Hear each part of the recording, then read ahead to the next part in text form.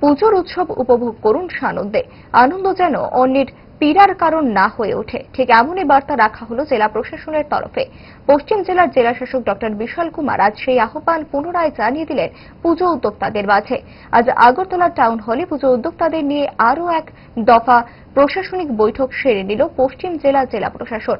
জেলা প্রশাসন, জেলা আরক্ষা প্রশাসন সহ বিভিন্ন লাইন ডিপার্টমেন্টের কর্তা ব্যক্তিরা উপস্থিত ছিলেন বৈঠকে ছিলেন জেলা পুলিশ সুপার নমিত পাঠক, জেলা শাসক ডক্টর বিশাল কুমার, জেলা ট্রাফিক সুপার সহ জেলা প্রশাসনের উচ্চ আধিকারিকরা।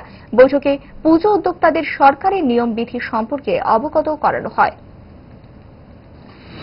दुर्गा पूजा के उपलक्ष्य में मीटिंग कर रहे हैं और इसमें डेकोरेटर, साउंड प्रोवाइडर और क्लब के मेंबर्स भी हैं।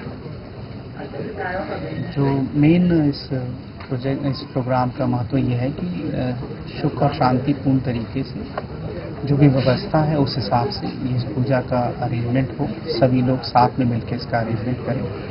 और कुछ समस्याएं हमारे पूजा जो पंडाल ऑपरेट करते हैं उनकी भी समस्याएं हम सुनेंगे और उसका समाधान करने की कोशिश करेंगे।